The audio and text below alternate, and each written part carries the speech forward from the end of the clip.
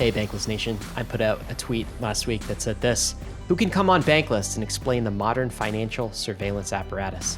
FATF, FinCEN, AML KYC, OFAC, the blacklist, the greylists. How does it all work? Who makes the rules? Been in the space for years. I still don't understand these dark corners. It's very much how I felt coming to this episode, needing the financial surveillance 101. I knew it was an octopus, knew it was this multi-headed hydra. I had no idea how deep its roots actually go. And today we unpack this with legal experts. Seth Hertlein he's the VP of Global Policy at Ledger, and also Michael Mosier. He actually has spent some time in the belly of the beast at both FinCEN and OFAC. Right. Now he's on our team. He's the guy inside the house. Yeah, and now he's on Team Crypto. So he's got some insider baseball that he's gonna tell us as we make sense of this. This was a really fantastic episode. I know I want to get your comments on this episode, but before we do, we got a message from our friends and sponsors over at AAVE. David, what does AAVE want Bankless listeners to know? AAVE wants you to know that AAVE V3 is here. And I mean, it's been here. It's been here for 6 months. So why does AAVE want you to know that V3 is here? Well, because apparently over $1 billion of capital doesn't know that because it's still in AAVE V2.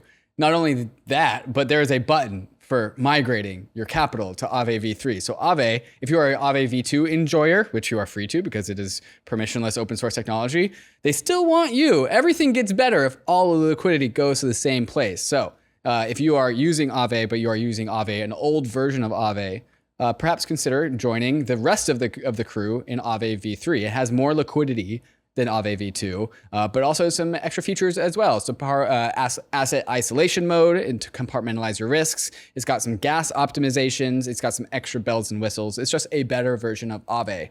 App.aave.com. But then also there is AAVE grants. If you are a builder building on AAVE, especially their brand new stablecoin Go, there are grants available to you. So overall, there's a bunch of things to do in the AAVE ecosystem, and there's a link in the show notes to get started with all of them.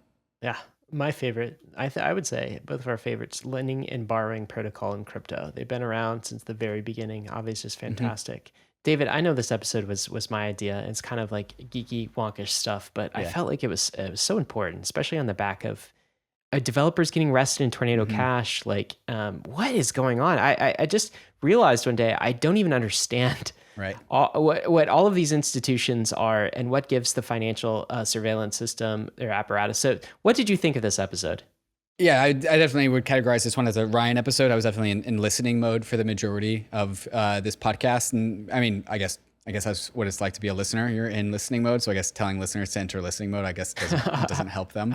I learned a lot. It felt like story time, a little bit about American history. One of these episodes that we frequently do on Bankless every now and then about just like, hey, how did just the state of laws come to be in the way that they are, and how are they downstream from the original American values that this country was founded on, and what about the current settling of the dust around this new player in the world in this universe called cryptography? How is that disturbing the equilibrium, and how do we need to extend American values into this new world? Because if we don't do that, then non-American values will take over. I think that's kind of the through line that I would that will anchor Bankless listeners, is that there's this new field and territory. We can have freedom enter and establish itself legally, or we can have authoritarian enter in that same field. And I mean, I think everyone knows which side that we want to win. We need to actually fight for that, and fighting for that starts with understanding. And so I think that's why I enjoyed this episode. It helps tell that story. Yeah, and anytime David says American values, if you're outside the U.S. and you're like, American values, just think of liberal values, like lowercase L values, right? Civil liberties, freedoms of citizens to express themselves and to transact without the surveillance of the government. That's really what we're talking here. And that's what's at stake. More than anything, I think this episode impressed upon me that unchecked, this is just an octopus. This is just like a tree structure that will, I don't know. It's not an octopus, slime mold. It will grow. Exactly. And it is growing, and it has grown since like the 1970s. Anyway, absolutely fantastic episode. Guys, stay tuned for this. But before we do, we want to tell you about our friends over at KRAKEN, which is our #1 recommended exchange. Go check them out. KRAKEN Pro has easily become the best crypto trading platform in the industry. The place I use to check the charts and the crypto prices, even when I'm not looking to place a trade. On KRAKEN Pro, you'll have access to advanced charting tools, real-time market data, and lightning-fast trade execution, all inside their spiffy new modular interface. KRAKEN's new customizable modular layout lets you tailor your trading experience to suit your needs. Pick and choose your favorite modules and place them anywhere you want in your screen. With KRAKEN Pro, you have that power. Whether you are a seasoned pro or just starting out, join thousands of traders who trust KRAKEN Pro for their crypto trading needs. Visit pro.kraken.com to get started today. MANTLE, formerly known as BitDAO, is the first DAO-led Web3 ecosystem, all built on top of MANTLE's first core product, the MANTLE Network, a brand new high-performance Ethereum Layer 2 built using the OP stack, but uses EigenLayer's data availability solution instead of the expensive Ethereum Layer 1. Not only does this reduce MANTLE Network's gas fees by 80%, but it also reduces gas fee volatility, providing a more stable foundation for MANTLE's applications. The MANTLE Treasury is one of the biggest DAO-owned treasuries, which is seeding an ecosystem of projects from all around the Web3 space for MANTLE. MANTLE already has sub-communities from around Web3 onboarded, like Game7 for Web3 gaming, and Bybit for TVL and liquidity and on-ramps. So if you want to build on the MANTLE network, MANTLE is offering a grants program that provides milestone-based funding to promising projects that help expand, secure, and decentralize MANTLE. If you want to get started working with the first DAO-led Layer 2 ecosystem, check out MANTLE at mantle.xyz and follow them on Twitter at 0xmantle. ARBITRUM is accelerating the Web3 landscape with a suite of secure Ethereum scaling solutions. Hundreds of projects have already deployed on ARBITRUM 1, with flourishing DeFi and NFT ecosystems. ARBITRUM Nova is quickly becoming a Web3 gaming hub, and social dApps like Reddit are also calling ARBITRUM home. And now, ARBITRUM Orbit allows you to use ARBITRUM's secure scaling technology to build your own Layer 3, giving you access to interoperable, customizable permissions with dedicated throughput. Whether you are a developer, enterprise, or user, ARBITRUM Orbit lets you take your project to new heights. All of these technologies leverage the security and decentralization of Ethereum and provide a builder experience that's intuitive, familiar, and fully EVM compatible. Faster transaction speeds and significantly lower gas fees. So visit arbitrum.io, where you can join the community, dive into the developer docs, bridge your assets, and start building your first app with Arbitrum. Experience Web3 development the way it was always meant to be: secure, fast, cheap, and friction-free.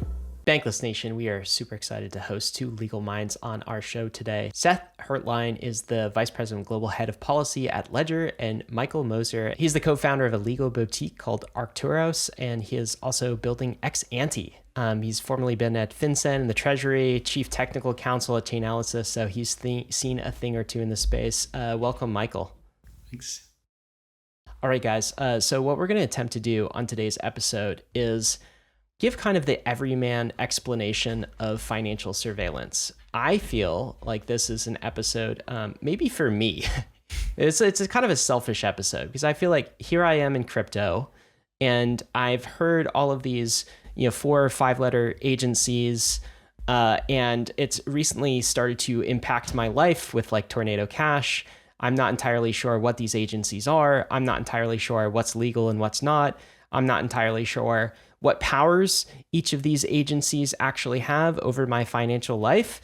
And I'm looking for like the 101. I'm looking for like the explainer. When we talk about FATF, and we're talking about OFAC, we're talking about white lists and gray lists, and we're talking about, can I use Tornado Cash or not? And I can't because I'm an American. I just don't know what's going on here. So I feel like we need the 101 episode. So if you guys are game to do that, that's what we're going to try to accomplish today. Sound good? Great. Absolutely.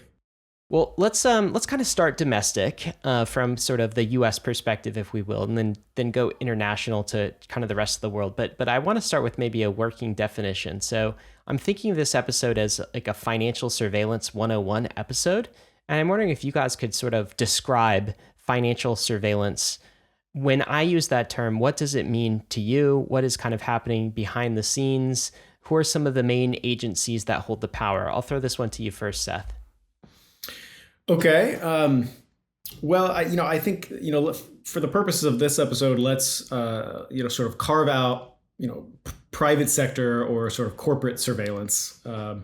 Let's sort of limit the scope of today's conversation to government surveillance. But I think the a good working definition could be, information that is collected by or required to be reported to the federal government or an agency thereof, either by individuals or by service providers, intermediaries that they use for their everyday financial lives.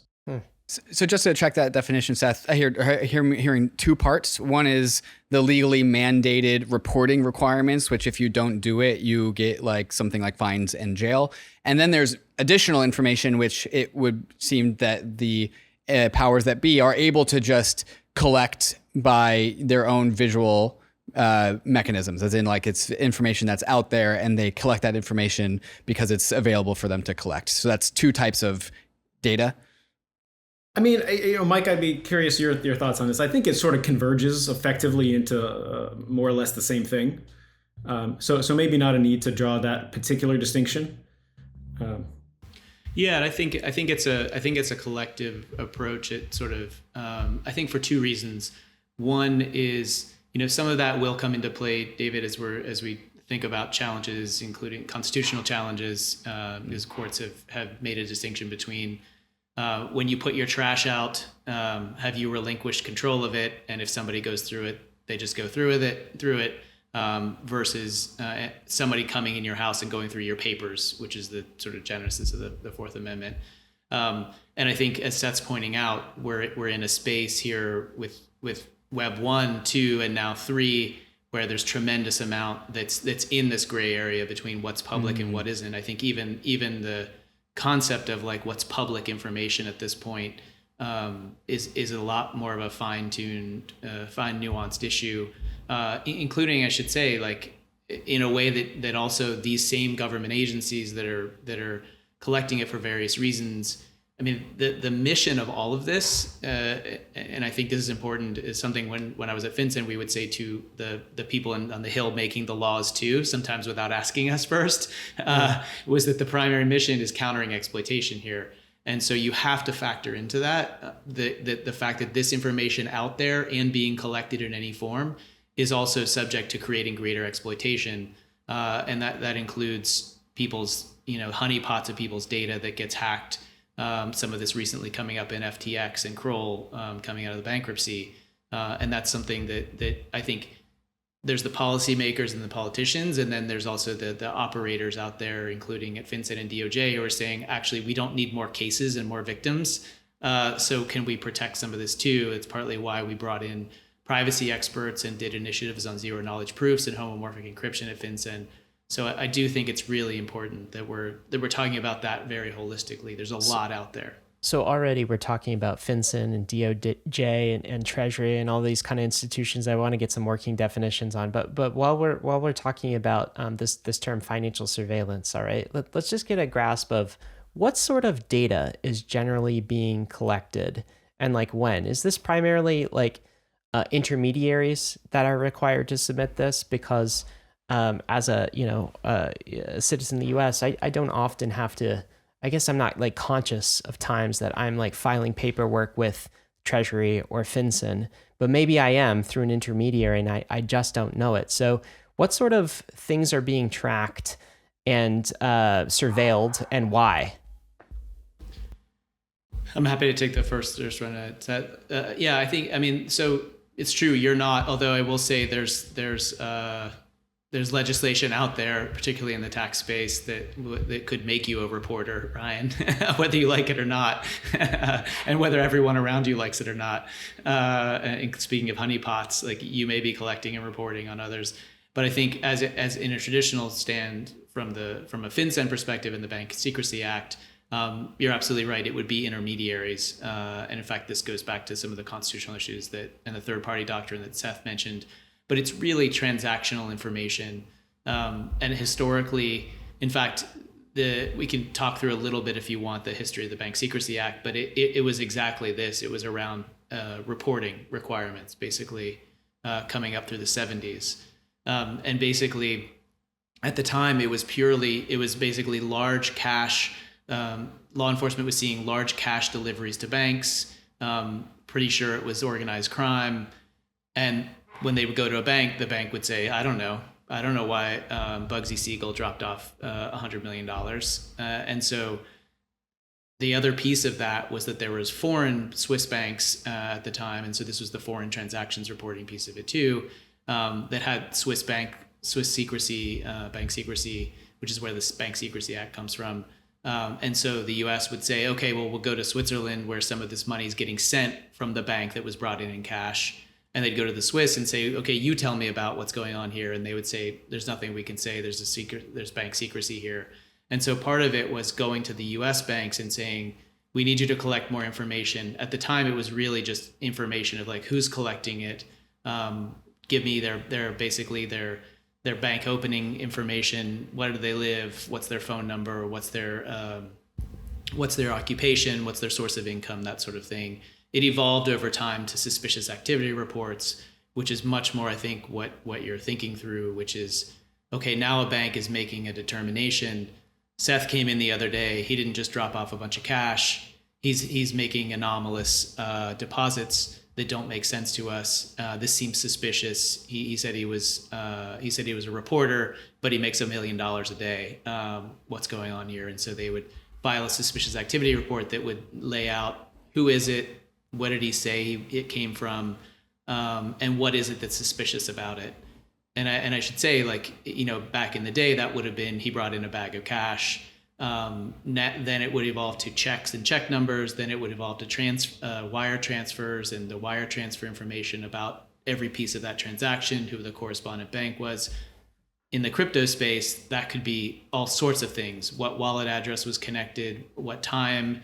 If it's a public ledger like Ethereum or Bitcoin, that might be, here's a graph of everything that wallet touched historically. Depending on what the platform is, they may collect the IP address, even the device identifier that Seth used to connect. So there's a tremendous amount of data and metadata that could be collected in that. Can we, Michael, so can we go back to kind of the history here with you guys to make sure I understand it? So there wasn't, and we're still domestic, so we're still talking about the US, and we'll expand international after this. So prior to like the 1970s, am I right to say there wasn't much financial surveillance? And then in the 1970s, is that correct? Yeah. Yeah. Okay. So that's correct. And then in the 1970s, basically to kind of fight crime, maybe organized crime, the mafia is sort of one organization that was in the crosshairs.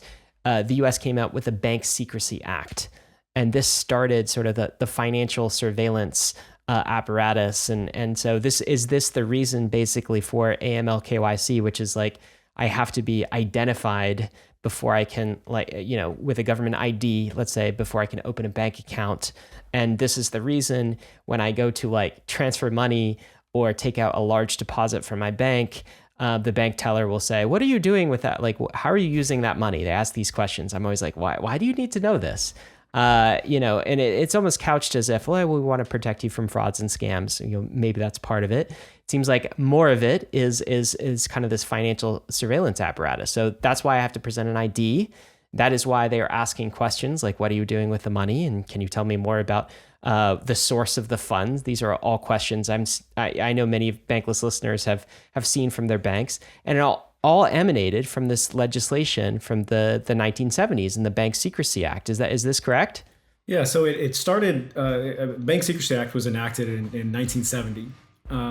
And at that time it was a much smaller version than it is now, right? So in 1970 it had two core provisions: Title I, Title II.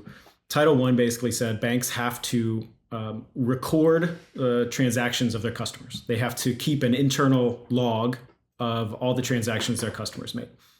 Title II said banks have to report transactions over a certain size to the Treasury Department. And in 1970, that threshold was set at $10,000 US. And so that created one of these forms that the reports get made on, called a CTR, or Currency Transaction Report. Importantly, that threshold, that $10,000, hasn't ever been adjusted, right? So if you go back and you adjust the CTR threshold back to $1970, it's the equivalent of about $79,000 today. Wow. And what that amounts to is a gradual but constant tightening of the noose of transaction reporting of on the American people, and so that's where it started. But both as sort of Mike and Ryan, your comments alluded to, there's this sort of creeping nature of it where it just expands, right? So first it was just the CTRs and the record keeping. Now it's SARS, or suspicious activity reports, that were added in 1992. There was a vast expansion of the scope of the types of transactions and the types. Just really quick, SARS, so suspicious activities report, is that basically incumbent on sort of the bank teller or bank employee to be like, hey, there's something fishy about this transaction and I'm going to report it up? Is that right? Exactly. That's what that is. Okay. So interesting stat on suspicious activity reports. Somewhere north of 2 million SARs get filed with FinCEN every year. And again, curious for your insider take on this, Mike. But testimony presented to Congress is that FinCEN reviews less than 1% of the SARs that are actually filed. And there are way more CTRs filed than SARs filed. So most of this information goes into basically just a government database and sits there waiting to be queried.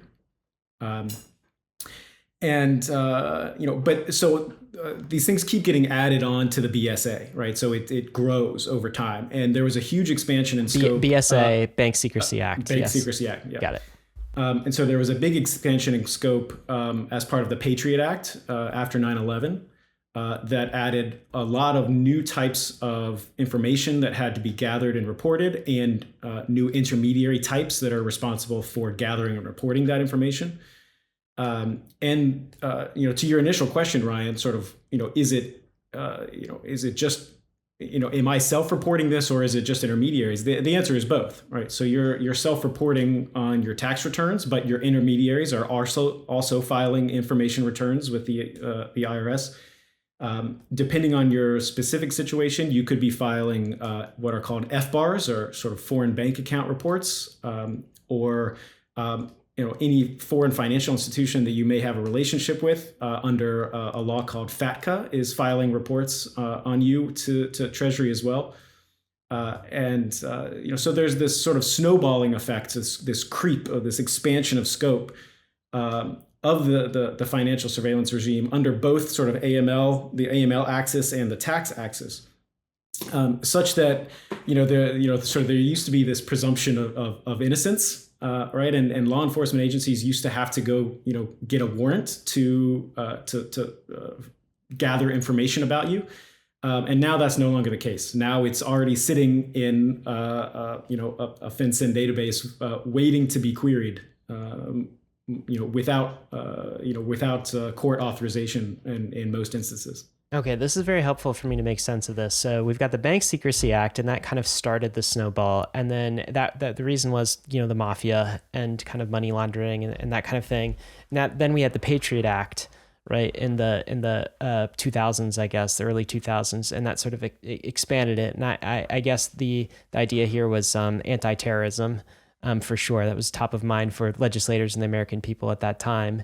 And what this has done is created a kind of like spidering, creeping kind of financial surveillance apparatus. This is at least how it's felt to me, that has become increasingly more encroaching, I would say. And one, I guess, feeling I have, I don't really know how to quantify this, but it just feels like now that we've entered in the 1970s, it very much was not the digital age, right?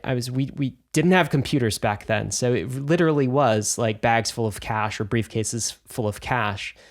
Now, of course, the 80s, the 90s, the 2000s, especially now, we have increasingly digitized everything. So it almost feels like once things get into digital format, these kind of financial surveillance institutions feel like, oh, we got a claim to that data. It's digital, so we might as well put it in the database. That's kind of how it's felt. But let me ask you a few more questions about kind of the Bank Secrecy Act and the institutions behind it and some of these other acronyms. Okay, so Mike, you mentioned FinCEN, earlier, and Treasury. And these are places, by the way, that you've worked, so you know kind of the inner workings of these places. So who enforces Bank Secrecy Act, Treasury Act? What's FinCEN? What's OFAC? What are some of these names that we should know if we're really trying to understand the apparatus here? Sure. Yeah. And as FinCEN actually has two roles in the U.S. And as Seth noted too, I think it's important to note a lot of this development is relatively recent, at least for us older people. It's like 90s and 2000s. So, like the Bank Secrecy Act has been in place since 1970. It went decades without this sort of level of expansion. And it wasn't until 1990, 20 years in, that FinCEN was created. And to your wait, how is it created in 1990? So was there new legislation put in 1990? Yes. There was. Okay, so there have been legislative updates, I suppose, to kind of the big Bank Secrecy Act type stuff in the interim here. Yeah, there's been many updates. In fact, there's a great timeline on the FinCEN webpage that goes through sort of all of these steps. But yeah, you had the Bank Secrecy Act in 70. In 86, it was the Enact Money Laundering Control Act. Money laundering itself was not even a crime, when the Bank Secrecy Act was developed. It was much more other underlying crimes that were being investigated. Money laundering was not even a crime? Not at the time. Yeah. Interesting. Huh. Yeah. So, a lot of this has been, and then there was the Annunzio Wiley Money Laundering Suppression Act that required suspicious activity reporting in 1992. Like a lot of this is newer. So I think it's one level set about all this is like, if you're just coming into this from a crypto perspective, you see this huge apparatus and you're like, wow, this is nuts. This has just been here since the 70s. And when is it going to change? But it hasn't. But it hasn't. Like it's grown and grown and grown and grown and grown and grown, like quite slowly until recently. Obviously the Patriot Act, following 9/11 was sort of a huge expansion of a lot of different information collections. But it's continued to grow. And I also think, to your question specifically about FinCEN, FinCEN's role as a dual role, it's a financial intelligence unit, which is sort of the collection of information and dissemination of it. This goes to Seth's point of managing a database. And so they're managing the database that, yes, they query and they may query sort of 1% of them, but effectively they're administering the database that law enforcement is querying. So you'd want to factor that into it. And there's all sorts of sort of congressional oversight and questions about which parts of law enforcement have access and how much access, and because so FinCEN is kind of this aggregator of financial information, and it serves the rest of kind of the the enforcement apparatus, I would say, we might say in the U.S., and it reports up through Treasury. Is that correct? Yes. Okay. Yeah. Reports and then is FinCEN the organization that maintains kind of the OFAC list? No, that's OFAC. So we can switch to OFAC in a second. Okay. I'll just close out FinCEN. So FinCEN is the financial intelligence unit. They administer the Bank Secrecy Act database, which has all this information, including oversight of, it's federal, state, local law enforcement. All these people have access to querying it. And so, and questions will come up at times, which including things that we've said to Congress. Every time you expand this thing, remember, you may not be the ones in power next time, please. So I know it sounds great now and you'd love more information, but that state prosecutor in Texas that's pulling things on a political adversary that you think is great right now, it could very much be the New York Attorney General doing it to somebody that you like. And so, I think there was always a constant push-pull for at FinCEN of, okay, on the one hand, we're tasked with disseminating this information to law enforcement. On the other hand, our primary mission is protecting American people from exploitation. And that can include, to Seth's point, queries that are not appropriate. And by the way, I should say, there are foreign governments through this process called the Egmont process, which is basically the global financial intelligence units all over the world that have agreements to share information when queried. Don't you just love that name, the Egmont Group? Yeah. Yes. It sounds like something out of a Bond movie. Yeah. So that's a whole nother can of worms that we can open another time. But I'll just say that is another piece that puts FinCEN at the center of, on the one hand, when Argentina is trying to crack down on corruption and autocratic activity by the Venezuelan government on its own people, and wants information. FinCEN has a reason to want to give that over. It's a pro-democracy issue, but the Russian Financial Intelligence Unit can ask for information, and so can the Turkish Financial Intelligence Unit on pro-democracy people that they think are a problem. And that's partly up to FinCEN to sort of catch, like, wait a minute, this is politically motivated. We aren't going to turn this over. Oh my God! So that's all. But so is FinCEN, is the charter of FinCEN basically more domestic facing? Like, it's everything. It's just administering this database of the financial intelligence. I mean, certainly the primary connectors, anyone that has direct access to it, is purely domestic. So, but the goal of it, like, what is the reason for maintaining this big financial surveillance database? Like, what are the kind of the policy goals, or the, like the stated goals? Is it really to protect Americans from exploitation? Is it like to find, mob bosses and like money laundering types of, like, what are the stated goals for FinCEN? So I love that question, because that's like a core piece, including at FinCEN, when legislators would say, hey, we're going to do this thing for you. And we would say, we don't want that thing, because that's not actually our goal. To your point, Ryan, like, the goal is not to collect as much information on people as we possibly can that could be leaked or abused. Okay. The goal, the explicit mission, and I spent some time like reworking the mission statement, which I think it's not out yet, but basically is countering exploitation of people. So it was organized crime that was kidnapping people, extorting people, that sort of thing. I think the bigger expansion of post 9/11 was nominally and I think genuinely at the time, even if there was some meaningful overreach, but I think at the time was protecting Americans from terrorism. And that is the basis of a lot of the information sharing, is like, okay, we've determined there's a bomber that's going to blow up a federal building, and we need to do something about that. And we've determined that through suspicious activity reports, or there's someone's been kidnapped, and we've determined that they did a credit card transaction somewhere that showed that this was the car they rented to kidnap the person. And now we have their home address, and so you can go and you literally free somebody, that sort of thing, which is partly why the value calculus is kind of complicated on these. But to be clear, like, the mission is not let's collect as much information as we possibly can. The mission is tailored to these risks that we're supposed to address. And I think that's partly also why FinCEN itself has done initiatives on privacy preserving technology, on digital identity. Like, our role is the flourishing of America. It is not, we need to create a surveillance state at all costs. And by the way, it might get exploited by all sorts of people. So I want to separate the FinCEN as the operator from, like, people in Congress that might be saying, oh, you need to collect all this other information, because FinCEN's not asking for that. Well, that's what's interesting, is it does become this kind of like this powerful tool that can be used in all sorts of ways that maybe are kind of counter to the goals of the institution, the stated goals. Okay, absolutely. In fact, it's exactly, your articulation of it is perfect, and exactly why we said we did a whole privacy initiative that said, banks in particular, we would love it if you'd start using zero knowledge proofs and homomorphic encryption and other ways of managing risk, because you know what? You're collecting all this information, it's getting leaked and hacked. And by the way, the amount of deep fakes that are undermining your KYC process is and the amount of identity fraud is sort of through the roof. So I think so far this conversation has exemplified why people use the term, okay, so all of these three-letter agencies. Like three-letter agencies. And we talked about just like the slow tightening of the noose of financial privacy over time. And then in this decade, we had this new legislation. In that decade, we had this additional legislation.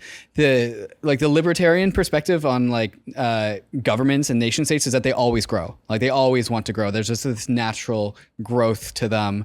And they'll find a way to grab a pigeonhole and then incept some sort of three-letter agency or increase its scope. It seems to be that this is kind of just the pattern that we are identifying here with the growth of our surveillance state. Would you guys accept that pattern is like how to understand the growth of this whole thing?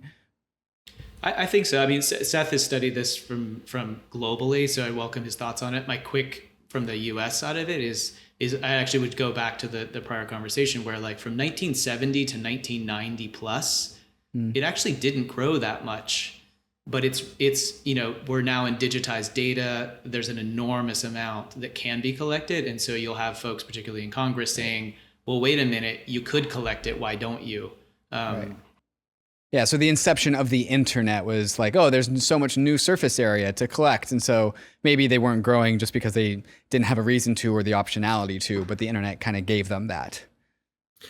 Yeah, I mean, I think that's probably the right catalyst. I mean, the combination in particular of the internet and you know, really for me, smartphones is what, you know, really started to balloon the ability, you know, both of corporate America and the government to collect and you know, analyze data on individuals. So, you know, I take your point, Mike, that, you know, in many instances, FinCEN is saying, hey, we don't want this. Don't give us this data. Don't give us this power. And Congress is like, here, collect this, you know, analyze this data. You know, the end result for, you know, the average citizen is the same, you know, which is, right. You know, all of this information is increasingly becoming available and, you know, and being used, even if not, you know, used by FinCEN. You know, once it goes in the pot, right, it's available for, you know, a number of different, you know, agencies to use for whatever purpose. And, you know, so in that sense, I often sort of think of FinCEN as being, you know, the all-seeing eye at the top of the pyramid on the back of the dollar. Mm-hmm. You know, that to me, that's sort of the FinCEN's place. So some people say it's like the eye of Mordor, though. You know, and that might be a darker view of things. But yeah, go ahead, Mike. Let me just give what feels like a more realistic. I would say it was like a very glamorous view. I would say it's more like a coach in a Pee-wee football game where every parents from both sides are just yelling at you. No one's happy. You know, nobody's happy because it's either like Congress is shoving more information at you than you even want, and you've got to protect. And then on the flip side, you have other parts of Congress that are saying, you have this information, you better be sharing it with everybody because you should be preventing every crime. And then you have other parts saying, wait a minute, you can't share that information. That's really sensitive information, and it could be politically motivated. Are you vetting every single person that's asking you for information? And we're saying, geez, that's like 300,000 people and you haven't even funded us yet. So no, we're not. So it's actually, and I'll say like there, to be very concrete about it, like there have been times where even including through the AML Act, which was another sort of recent like major update to the anti-money to BSA, which is a whole other episode I don't want to get into. 2020. In 2020? Yes, like a very substantial update to it. But in the process of that, some of it we talked with financial institutions about the threshold, raising the threshold, as Seth mentioned, and some of them it was the reverse. It was, you know what, we're happy to just give you an API and you can have all the stuff because we've got the infrastructure, the data's collected, and you can just have it. We don't even want to have to parse what's suspicious. And the response from us was like, that is a fucking nightmare for us. Like, the last thing they were like, you were just like, we want some of your data, and they were like, here, have it all. Yeah, and we were like, actually, we don't want more of your data. Like, you know, this is part of it. Is like, this is why you're the ref in a Pee-wee game. It's like, you get all this information. Half the country is saying you need to use this and prevent everything and disseminate it everywhere. The other half is saying you need to protect this and make sure nobody bad ever misuses this data. Oh wow. And on many ways, like, and I should say, like, to be concrete, like FinCEN twice in 2018, 2020 put out rulemaking saying we'd like to improve the effectiveness and the prioritization of the AML system because we think there's just a lot of over-reporting. You're just data dumping, and it's not clear to us that everybody's being as effective as they actually could. Like, we don't just want data dumping about people. I feel like we are unraveling a kind of a Gordian knot here, and you know, this might be a multi-episode thing to cover this all, but this is at least the highlights here. So we talked about FinCEN, and I guess this is this aggregator of all of this financial information, maintains a database, and all of this information is being aggregated primarily, though some of it's self-reported, primarily from intermediaries, the U.S. banking apparatus, let's say. Okay, what is OFAC? Let me ask that. So we talked about FinCEN. What about OFAC? This is another 4-letter agency, I suppose. What is their sphere of power? What are their stated goals? I don't know, Seth or Mike, which of you want to take this one? Mike, why don't you lead off on this one? Sure. It could also be its own episode because there's a really interesting history that goes all the way back to the War of 1812. But the basic concept of OFAC, which is the Office of Foreign Assets Control, the really core of it started in about 1940. It was really coming out of World War II. And the reason it's foreign assets, and at the time it was foreign funds control, was actually that it was protective. So it basically administers economic and trade sanctions against foreign actors. And so at the time, it was the Secretary of the Treasury seeing that as the Nazi forces were occupying countries like Denmark, they were trying to repatriate assets and basically take the occupying country's assets. So they might call up the Fed and say, we want all the gold from Denmark because we're in charge now. And so part of this was actually, it was freezing in a protective sense. So it basically was the Secretary of the Treasury saying, we're freezing all these assets. We're controlling these foreign funds that any US financial institutions have control over. And so that same mechanism of saying to any US or US related financial institution, we've listed out all these funds that you should freeze, not seize, but freeze and hold. At the time, protectively. Over time, that's evolved. And there is some lineage going back to the War of 1812 when some of this was done as actual sanctions and embargoes as well. But it was very protective at the time, and it was blocking assets. And so that has sort of evolved over time, including in 1950 with the Korean War.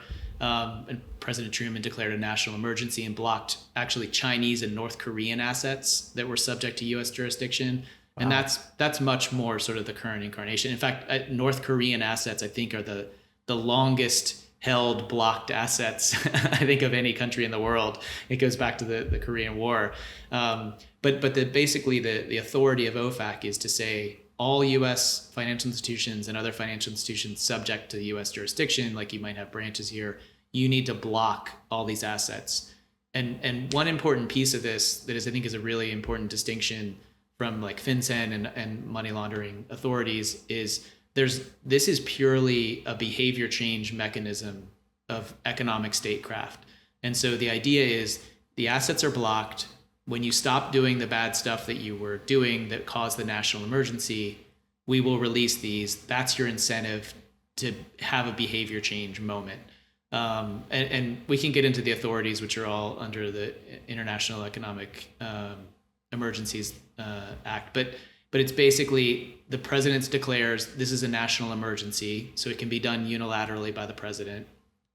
National emergency, OFAC, I want you to list out all the major actors involved in like North Korea's hacking to fund their nuclear regime and their oppression. Same with Syria, like, the Syria gasses its own people. We want you to identify who are the actors that might have a behavior change if their assets were frozen. And so with the current Russian sanctions, it's not just the Russian government and military, it would be who Treasury has determined are oligarchs supporting, and with the idea that you create pain points and then you undo it. And that's why also usually they're not seized assets, although it can happen. But it's really a behavior change mechanism. And I'll give one little footnote to this that I won't go down now, but this is also why I think the Tornado Cash sanctions were sort of totally inappropriate as a behavior change mechanism. But I'll just footnote that. So to add on that, so OFAC is also sort of an agency within the Treasury Department, but it differs from FinCEN a little bit in the source of its authority. So we talked about how FinCEN is sort of a creature of statute, right? It was created in 1990 to oversee the Bank Secrecy Act of 1970. OFAC derives a lot of its authority directly from the president's executive powers over foreign relations and trade in Article 2 of the Constitution. Is this more like a national defense type feel, Seth? Yeah, there's strong overtones to that, but it derives from sort of the president's foreign relations powers in Article 2 of the Constitution. And so there's a bit of a corollary with trade and tariffs, in that, as Michael pointed out, OFAC and sanctions are targeted at foreign actors and foreign assets, as are tariffs on trade. But also similarly, it's actually the American consumer that pays the tariff, right? And it's the American individual or company that is at risk of civil or criminal punishment for violating the sanction, right? Not the foreign actor. So they're sort of directed, internationally. But the impact and the sort of the constraint on liberty is applied domestically.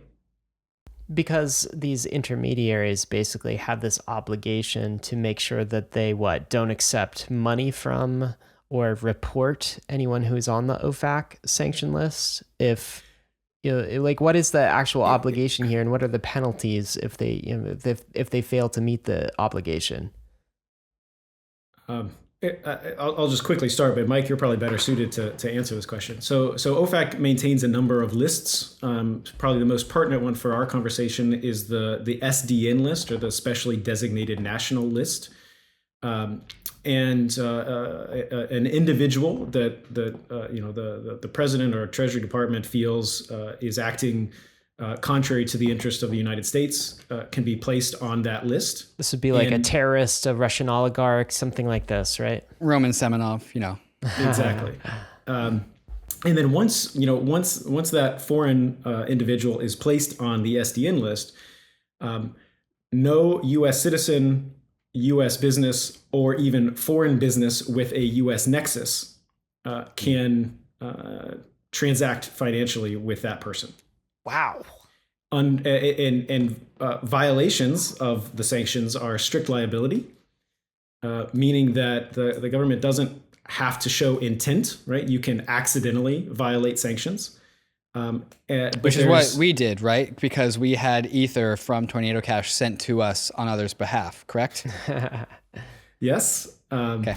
Cool. And, but there's some sort of, prosecutorial discretion in terms of whether to charge a violation civilly or criminally, but under the law it's a strict violation or a strict liability regime. So the government doesn't have to prove intent that that you meant to transact with the designated national. And these penalties can be severe, can't they? Yeah, they can. I just clarify that there are enforcement guidelines, they're public guidelines, so they can be very severe, but the intentionality and the amount of the transaction are all factors in the sort of enforcement guidelines. So and if you look through the way the guidelines, which are public, are set up, if there was no intent and it wasn't, which by the way, receiving would clearly not be intent, and it was like a dusting, it would basically literally be zero. And so, often those are not surprisingly not an enforcement priority, and not even that, they just don't happen.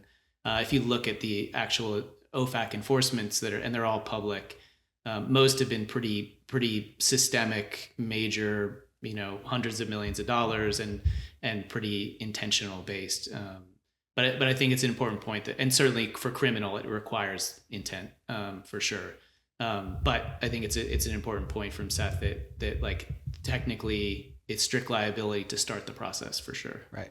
Yeah. So podcasters with public Ethereum addresses generally don't fit the mold as people going to criminal court over these things. Yeah. MetaMask Portfolio is your one-stop shop to manage your crypto assets and to tap into DeFi all in one place. And the most important part of that experience, buying crypto, obviously. MetaMask Portfolio's buy feature enables you to purchase crypto easily without going through centralized exchanges. Designed with you in mind, you can fund your wallet directly in just a few clicks with convenience and simplicity. What happens when you press the buy button? Rather than being limited to a single payment provider, MetaMask brings together a bunch of vetted, trustworthy providers to present you with customized quotes for your crypto purchase. Once you've funded your wallet, you'll be able to plug into DeFi with all the money verbs like swapping, bridging, and staking. But first things first, you need skin in the game. Head over to metamask.io/portfolio to buy crypto the easy way.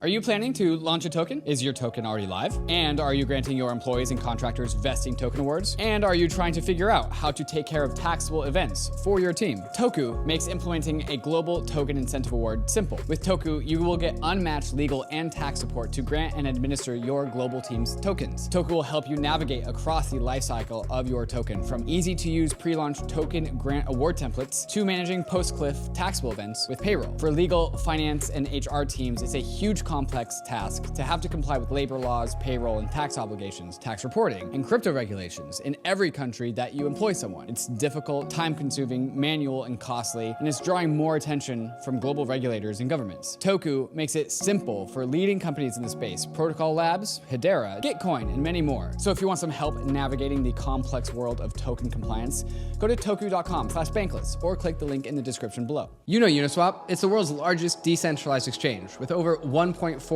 trillion in trading volume. You know this because we talk about it endlessly on Bankless. It's Uniswap, but Uniswap is becoming so much more. Uniswap Labs just released the Uniswap mobile wallet for iOS, the newest, easiest way to trade tokens on the go. With the Uniswap wallet, you can easily create or import a new wallet, buy crypto on any available exchange with your debit card with extremely low fiat on-ramp fees, and you can seamlessly swap on Mainnet, Polygon, Arbitrum, and Optimism. On the Uniswap mobile wallet, you can store and display your beautiful NFTs, and you can also explore Web3 with the in-app search features, market leaderboards, and price charts, or use Wallet Connect to connect to any Web3 application. So you can now go directly to DeFi with the Uniswap mobile wallet. Safe, simple custody from the most trusted team in DeFi. Download the Uniswap wallet today on iOS. There's a link in the show notes. Can maybe one of you can explain the thought process behind strict liability, why that's even a thing at all? Like why we accept the concept of strict liability? Like in what use case do we enjoy the idea of strict liability? Because to me, strict liability sounds like authoritarianism. We have the admin keys over your position to be in jail or not, and it's our way or the highway. Like that's the cursory take about what strict liability is. Maybe Michael or Seth, why do we have strict liability at all? Well, this is taking me back to first year law school. Well, that's where I need to be. What comes to my mind, and it's been a while since I was a first year in law school. The sort of the classic strict liability fact pattern is dog bites, right? So in a lot of states, if your dog bites someone, it's strict liability, right? And I think that's because in that particular instance, it's to protect victims, because otherwise it would be almost impossible to prove that the owner of the dog intended the dog to bite the person. Okay. Right. This is like negligence, right? Right. This is not a criminal scenario.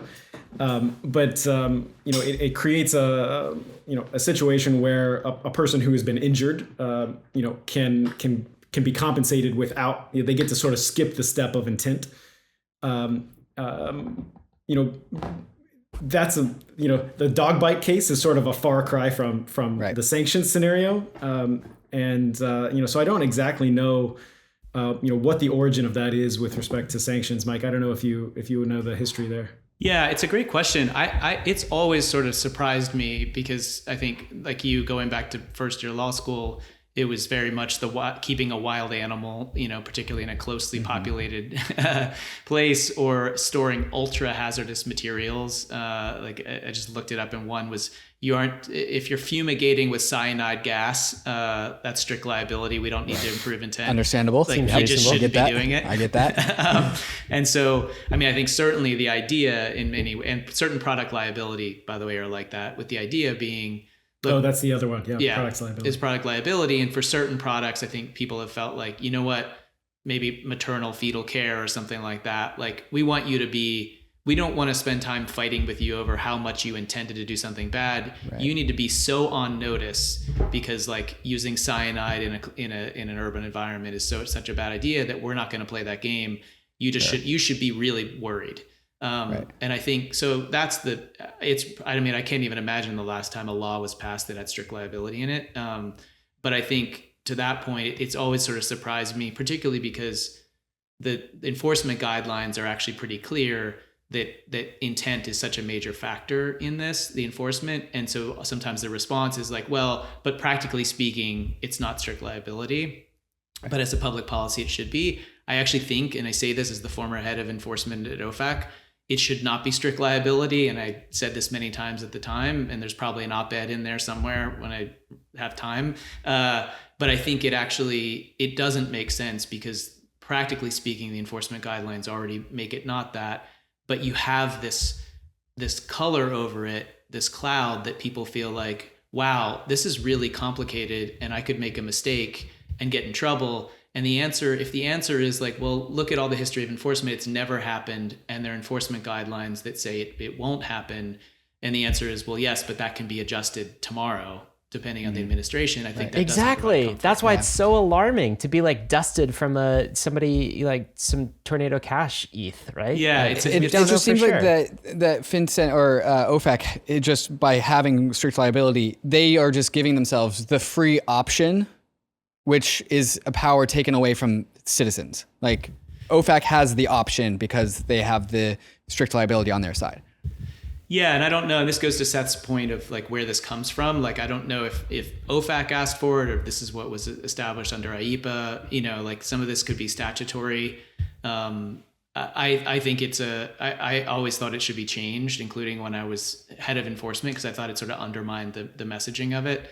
But whether they'll be able to do that, especially if it's a statutory change, because you've got to get Congress to undo things. And I should say to that point, like OFAC itself for many years has wanted to undo, for instance, Cuba sanctions, feeling like they're ineffective. And because some of these are congressionally mandated in their statute, you actually have to have Congress do it. OFAC doesn't have the authority. In fact, and there's nothing they can do about it. So I want to be careful about not always blaming OFAC when there's other political actors that sometimes tie their hands. In fact, that was a huge issue in the thawing with Cuba because OFAC was unable to lift certain sanctions. Okay, so we've got we've explained FinCEN, we've got OFAC a little bit. You've just described, Seth and Mike, kind of like the worst list to ever be on, it feels like, which is the OFAC SDN list. All right, this is like the ultimate shit list. Because this means not only do you not get invited to parties, you're basically economically excommunicated. Like, it's a terrible list to be on. Tell me about the process of getting added to this list. So who gets to decide who's on this list? Surely there's some kind of like rigorous process behind this. Can you describe a little bit about what it takes to get on the OFAC SDN list? Yeah, I'm happy to start, Seth, just because I spent a good bit of time on it. So there's, again, like the statutory and the separation of powers between the administrative and the legislative. There's various ways to get on the list. Congress can pass an act like that just says you need to put these people on the list, and OFAC has to come up with the packages. The bulk of it is OFAC either themselves creating these, what they're called designation packages, that basically you take, usually there's a declaration by the president of a national emergency, like Syria. And so you would say, based on this latest gassing of its own citizens by this authoritarian dictator, OFAC, I want you to find who's responsible for this, including the industrial chemical intermediaries, and put them on the list. And here's the standards of that. Like, you are clearly involved in this, it ties to this, all the standards. OFAC then works with the intelligence community and NGOs, frankly, as well, and human rights organizations, depending on the topic, and comes up with names. And then they have to build basically an evidentiary package that has separate lines of information that corroborate each other. And that's cleared by the Chief Counsel's office. Oftentimes it goes to the Department of Justice, the federal programs branch for review as well, sometimes Maine Treasury. But I should say, and it's a pretty rigorous process in general, although I would say, like, post 9/11, there was an expediency, I think, that pushed people to move very quickly.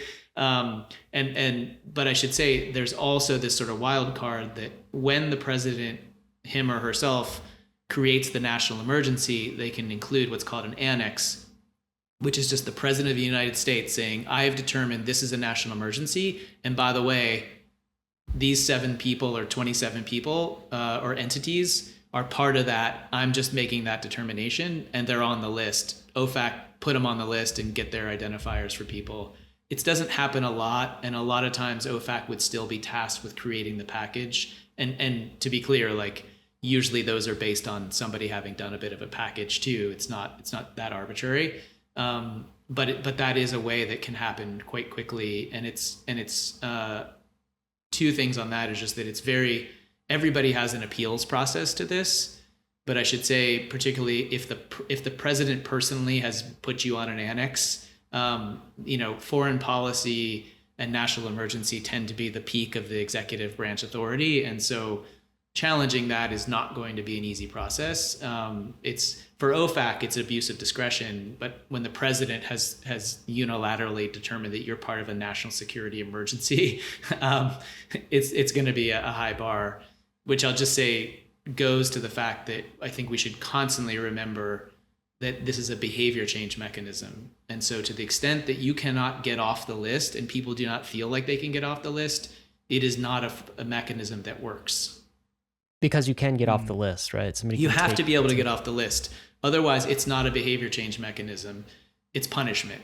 And that's not and this, I think, Ryan, you said this earlier about FinCEN, like what's the real mission? I think that's a great question for OFAC too. The real mission is behavior change. Like the goal of OFAC is above all to take people off the list, because that means it's working.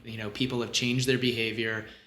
Assad has stopped gassing his own people. Like that's the win. The win is not, oh, we put him on forever, this is awesome. Okay, all right. So we got FinCEN, we got OFAC a little bit, and I was hoping for kind of like to get to the international, but like I feel like this is going to have to be another podcast entirely to actually fully unravel this whole financial surveillance apparatus. I wanted to get to a couple of quick things though before we leave you guys and we kind of conclude the episode. So one is Tornado Cash. Okay, so takes on this. Some developers wound up on the OFAC SDN list, I believe. Some open source privacy developers of Tornado Cash. So did a smart contract as well, which is not a person. This is like some code. So how did that happen? What happened there? This was not an executive order from a president. This was not, I don't think, Joe Biden saying, these people in particular, go get them. It was something else. How did that happen? And what's kind of what's your reading of this, Mike and Seth? Actually, Seth will have much more, I think, in sort of the legal thinking of it and the policy piece of it. I just want to give one piece of like functional, very practical, because this goes to your point, Ryan, of like the president didn't just say put these on the list. My take on it is actually that it was not President Biden 100%, but that it really was in many ways the National Security Council going to OFAC and saying, look, we get it. Tornado Cash has been out there for a while. Everybody has sort of had strategic restraint on doing anything, but we're at like $2 billion in Lazarus DPRK funds going through there. We're getting hammered by Congress to do something on ransomware and DPRK and cyber. And every time DPRK launches a missile, Congress comes to us at the NSC and says, why haven't you cracked down on this? And somebody points to like the money going through Tornado Cash. OFAC, do it. And I can say from having been at OFAC, you get those calls all the time. It's a go to the NSC, tell them why this is going to be like massive collateral impact, and we don't think it's going to be effective because we're never going to get anyone off. OFAC walks over there, gets their briefcase handed back at them, and tells them to go back and do it. And sometimes you win, and sometimes you lose. And I'll say from having been in some of those meetings in other contexts, like there were times where in political situations where we said there are no U.S. nexus to this that's going to feel the impact. We're just putting someone on the list for messaging. We think this is a very bad idea and you're undermining the integrity of the process. Sometimes you won those and sometimes you lost them. And I don't, I have no inside baseball on this one, but my feel on this one is that this is very much, and I should say this, being at FinCEN and OFAC when Tornado Cash was very much on our radar. Like everybody knew about Tornado Cash for years. Really? Yeah, for sure. I mean, this is their job is to know like how people are moving money. And I think, it was always a conversation of like, yes, it's out there. It had already been. See, David, we thought crypto was such a niche. They're talking about it everywhere. We're not that special. You are special. You're not special. But I think it was very much like, look, yes, it's happening. Like money's also getting laundered through. I was going to say HSBC, but I'm not saying that because I don't want to get sued. But let's just say hypothetically. Some bank. That may have had an enforcement action in the past. But, but look, there'd be collateral impact that would be way more than we would do. We don't typically OFAC does not designate financial institutions or major financial movers in any form because there's just way too much collateral impact, which is clearly what happened here. It's pretty identifiable through Chainalysis and TRM and Elliptic and everybody. You can look at the cluster and see how much of it is high risk and how much isn't. You would look at that and say, I think 27, 37, 17%, I think was the main one, 17%.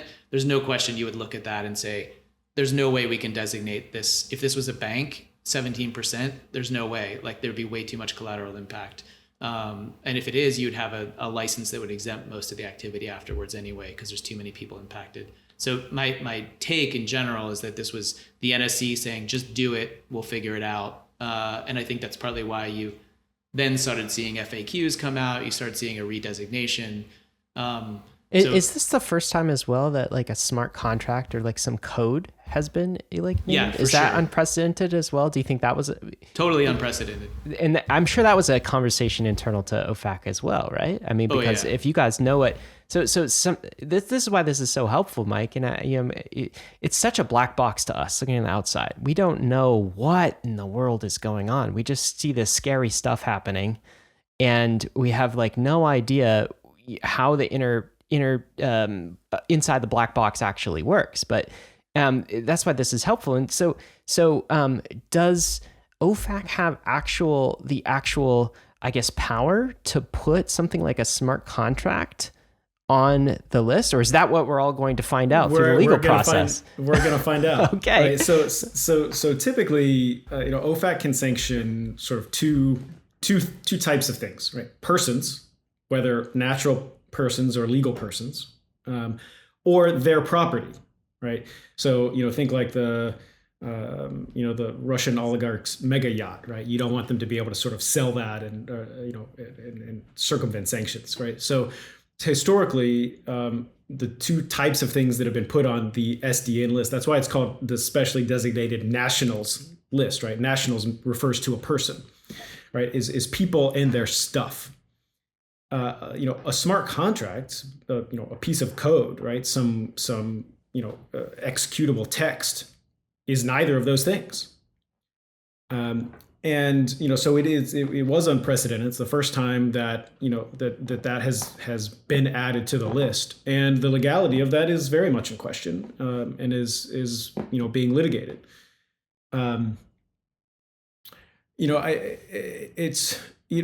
So shortly thereafter, as I'm sure you're aware, Coin Center and some others, filed lawsuit against OFAC and Treasury on those grounds. My co-host David happens to be a plaintiff in one of those lawsuits. Actually, fun fact. Awesome, thumbs up. But OFAC very quickly after that lawsuit, I think, realized some of the they wanted to shore up sort of their legal standing in light of Coin Center's complaint, and so they actually revoked and reissued the sanctions. In this time, sort of alleging that not just the code or the smart contract, but like the whole thing together represented sort of an unincorporated association, like a business. So kind of like the user interface, the website, the servers it was hosted on, all of that stuff as well. So that's the sort of the theory that they're going under now. They seem to have won, at least at the trial court level in the Van Loon case in the Northern District of Texas, I believe. That's Preston Van Loon, an ETH Core developer whom has also been on Bankless, by the way. So it's all very, very small world here. Yep. And so I expect and hope that that is appealed. The Coin Center case is progressing in Florida, so a different circuit, which gives a few bites at the apple in terms of how this gets decided. But I think we're in sort of uncharted waters here, whether OFAC can do this. I think some reason for caution is what sort of we led with when discussing OFAC, which was the broad constitutional powers under which OFAC operates, originating from Article 2 of the Constitution. Right. So this is sort of a different set of rules than a typical agency action that's governed by the Administrative Procedures Act, for example. Yeah, that's what this is. That's why all of this is so difficult. It feels like it almost feels like OFAC's arm, its power could be almost like indefinite, right? It's just, it can do what, I mean, unless sort of the social layer, unless the citizens and the population kind of say, and even, those inside the government say, hey, hold on, what are we doing? We're losing sight of the big picture. Remember what OFAC was originally for, back to the 1940s when we were fighting Nazis and that sort of thing, right? And like, hold on, we've gone too far. Now we have open source developers and smart contract code. And are we sure that that is the type of society that we're trying to build? Unless we stop it at some point, it seems certain that this kind of octopus of financial surveillance will have all sorts of unintended consequences and continue to consume our institutions and citizens of this country. And not this country, we're talking about the US, but we haven't even gotten to international. It sounds like that's another podcast, but it does sound like, from what you alluded to, and another agency, I don't even remember at this point, Mike, that you mentioned, that they're all tied into this too. So not only do we do this kind of domestically across the US, but FinCEN and OFAC talk to their counterparts across other countries. It's all completely coordinated into this global surveillance network. I want to, as we end this, maybe zoom out here, right? And ask the question, what do we do about this? All right, we got the tactical, we're fighting fights in the court system, that sort of thing. But it seems to be the case that just like blatant, we don't have the civil liberties in place at the constitutional level that are protecting us adequately for this type of thing. This seems to be almost, I don't know, maybe it is in there in some of the language. You guys can interpret that, but like, it seems to be beyond what the founders actually could conceive of, like when they originally framed this whole thing, right? The idea of financial surveillance at this level, the ability to freeze an account in this way, the digitization. This goes back to a theme we talk about often on Bankless, where it feels like we've entered in the 21st century, this whole digitization of everything, and our digital rights aren't in place. Like, there is no digital bill of rights here that kind of gives us encryption or property rights in some way, and enshrines that into our governance apparatus. So I guess my high level question is, what do we do about this? How do we stop it? Like, is this going to require, I don't know, big movements from our institutions? Do you feel like we have adequate protections in place in our legal system to preserve some rights that we as a democratic republic actually want to preserve going in the 21st century? I'll throw this to Mike. And by the way, Mike, I've really appreciated your insight here. I didn't realize how, like, FinCEN and OFAC and all of the institutions that you've previously served, and now you're going to crypto, which is, I don't know if they see that as the dark side, but like, welcome. It's great to have you. Thank you. Like, we need people like you, fighting for these things. Absolutely. In the space. But let me throw it to Mike first, and then we'll get Seth, and we'll tie this all off. Yeah, no, thanks. And Seth will be far more eloquent about this because he's doing this all the time. Like, he is engaging with like the entire world. I'm just dealing with the US mainly. So that's partly why I'm thrilled for that, and for a whole episode on how he's solving FATF. I wish I could claim that. Just in time. But yeah, no, I think it is. I think if there's anything to leave from this, from my perspective, is that like there are a lot of folks within OFAC and FinCEN even that really do believe that to the mission of countering exploitation and providing opportunity and democratization of the ability for people to flourish, that like in many ways Web3 and crypto is an answer. It's partly why I left being the acting director of FinCEN to go in-house at Espresso Systems, building a decentralized sequencer and decentralized private computation was actually, here's a group building a solution, which is resilience. It's configurable privacy. It's helping people have the personal sovereignty, which was literally the founding of this country. And so I think there is a great opportunity here if we can get to the people that we need to in time, which I think part of what's helpful about doing this podcast about these actors is it's FinCEN and OFAC. It's helping educate them. Stuff that like Seth's doing all the time, all around the world, is like educating people on how the tech actually works. Because they're just seeing headlines about Sam Bankman-Fried and Do Kwon. And that's partly why when I was at FinCEN, we brought in core developers from Zcash and Dash and all kinds of folks to talk to people and get aligned of like, hey, if you're worried about exploitation of people, let me tell you about privacy technology. Like there's a great opportunity for alignment here. Like to the extent that it's about democracy and preventing authoritarians, which is very much, you could be describing the North Korea program from OFAC, or you could be describing what crypto's doing with democratizing finance and creating greater resilience. Like there's opportunity for alignment, but it has to be engaging with all these policymakers. It's not just, it's FinCEN and OFAC, and including, by the way, arming the people in there with the talking points who do want to fight against Mnuchin's wallets rule and stuff like that. But it's also going to the Hill, because there are politicians coming up with bills every day that FinCEN and OFAC are not asking for, but they have limited ability to push back on those. And I assure you that there are entrenched incumbents that have an interest in keeping intermediaries in the space that are extremely organized and out there doing that sort of advocacy. And I think that's an important piece of it, is keeping organized on this in the way, and spreading the word in the way you guys are doing, and the way Seth's out there educating people all around the world, because it's everybody to hear, look, this is not just about risk. This is about all the opportunity here to prevent exploitation. And it all goes back to, Ryan, your earlier question of like, well, what's the mission here? And I think like we have to be able to get to a point where there is great alignment on the fact that Web3 is about countering exploitation, empowering people with personal sovereignty to flourish. And how can that not possibly align with the United States sort of mission? Thank you. Excellently well said. Yeah, Mike. Seth, what do you think? Do we get a shot at this? How can we win here? I'm not super optimistic.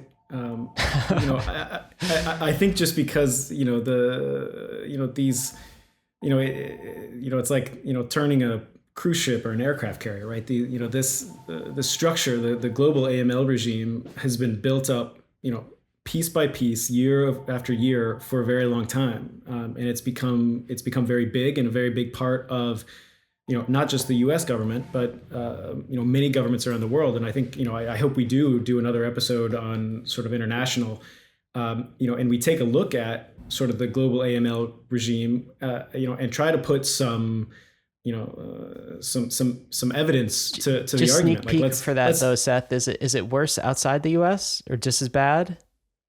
Better? Some better, some worse. All right. But let's take a look at the numbers and see what the numbers say on how this system is performing, and whether it's justifying the cost. But anyway, because it's become so big and it's existed for so long, it's not easy to change. And Ryan, to some of the points that you made to sort of tee up this question, going back to sort of the intent of the framers of the Constitution, unfortunately, I think one of the gravest omissions of the founders was the failure to include an explicit right to privacy in the Bill of Rights. Agreed. And so because of that, the Supreme Court has had to sort of cobble together a right to privacy under a theory called penumbra.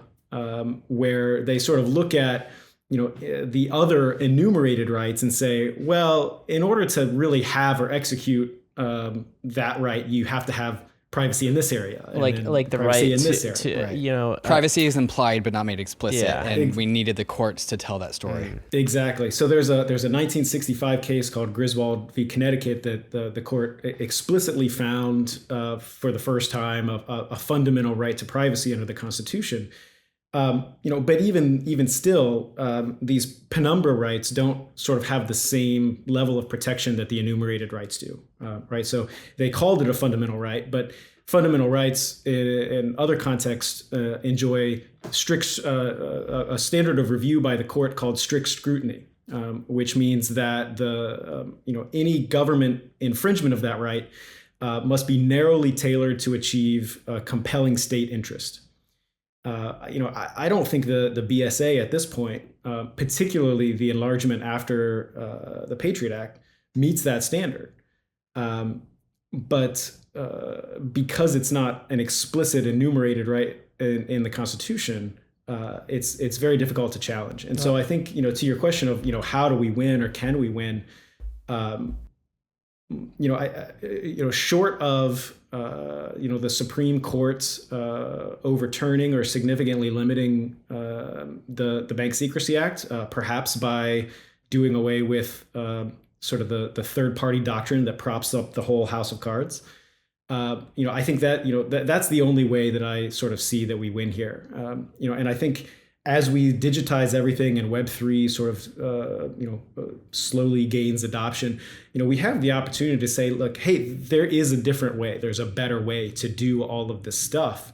But it comes down to trust, right? How much trust does the government want to have in the people, right? And the current system is one of almost no trust, right? That's why you have to file all this information and why they don't even trust you to file the information. So they gather it from the intermediaries that you use, right? And so in this the sort of the current state of financial surveillance that we're in is one where the government really doesn't trust the citizens.